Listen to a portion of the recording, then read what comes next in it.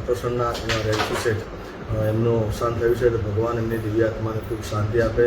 અને રૂવે રુદિયું ને રોવે આખડે રેલો, મારા રેન્ચુ શેઠની આવે જો ને યાદ જો, રેન્ચુ શેઠની આવે જો ને યાદ જો.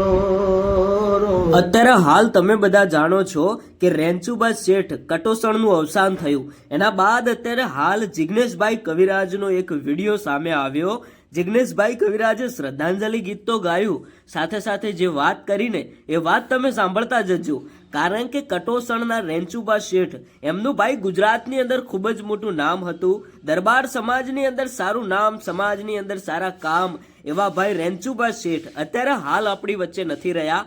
પણ એમને જે નામ કમાવ્યું છે એ નામ ભાઈ અત્યારે હાલ ગુજરાતની દરેક પબ્લિકને જોવા મળ્યું છે.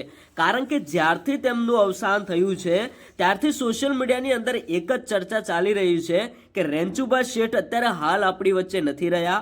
આપણા સમાજની અંદર એક એવા વ્યક્તિની ખોટ પડી ગઈ છે જે અત્યારે હાલ ભાઈ રેન્ચુબા શેઠ.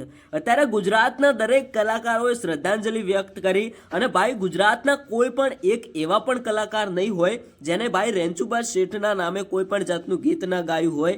પછી ભાઈ લાઈવ પ્રોગ્રામ હોય, સ્ટેજ પ્રોગ્રામ હોય કે કોઈ પણ પ્રોગ્રામ, એવામાં ક્યાંક ને ક્યાંક અત્યારે હાલ ગુજરાતની અંદર ખૂબ જ મોટું નામ એવા કલાકાર જિગ્નેશભાઈ કવિરાજે જે વાત કરીને એ વાત ખરેખર ખૂબ જ સાંભળવા જેવી છે.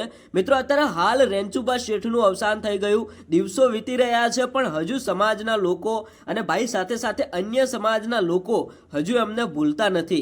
કારણ કે ભાઈએ એવું કામ કર્યું હતું, સમાજની અંદર ખૂબ જ મોટું નામ હતું. તો અત્યારે હાલ જિગ્નેશ કવિરાજે જે વાત કરી એ વિડીયો તમે જુઓ, પછી તમારું શું કહેવું છે કોમેન્ટ કરીને જણાવતા જજો. અને કટોસણના રેલસુ શેઠ એમનું અવસાન થયું છે. ભગવાન એમની દિવ્ય આત્માને ખૂબ શાંતિ આપે.